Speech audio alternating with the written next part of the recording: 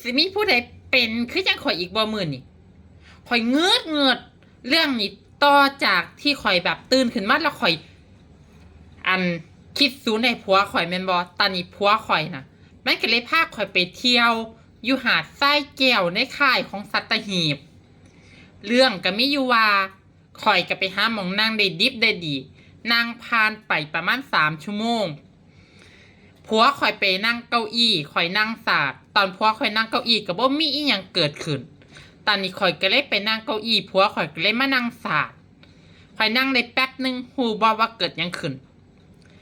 ลิงขี่ใส่หัวข่อยลิงยึดทั้งต้นไม้น่ะขี่ใส่หัวข่อย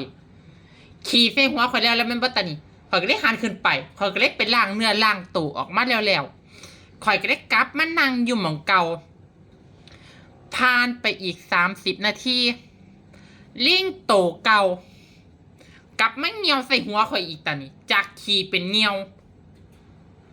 วใส่หัวข่อยได้แล้วข่อยก็เลยหันหน้าขึ้นไปมันก็เลยแล่นหนีข่อยคิดว่ามันต้องตั้งใจเพราะว่าถ้าอันมันบ่ตั้งใจมันก็ต้องขี่เที่ยเดียวกันแล้วอันนี้มันกลับมาเงียวใส่หัวข่อยอีกมูเจ้าคิดว่าจังไดเอามูเจ้าคิดว่ามันตั้งใจบ่เอาข่อยว่ามันตั้งใจคักๆเด้แม่นผู้ใดเคยเป็นคือยังข่อยบ่แต่ว่าสมมุติกันนางอยู่ต้นไม้นำกันหมดเด้มันบ่ไปขี่ไปเหี่ยวใส่หัวผู้อื่นแต่มันมาขี่มาเหี่ยวใส่หัวข่อยนี่แม่ข่อยเงึดหลาย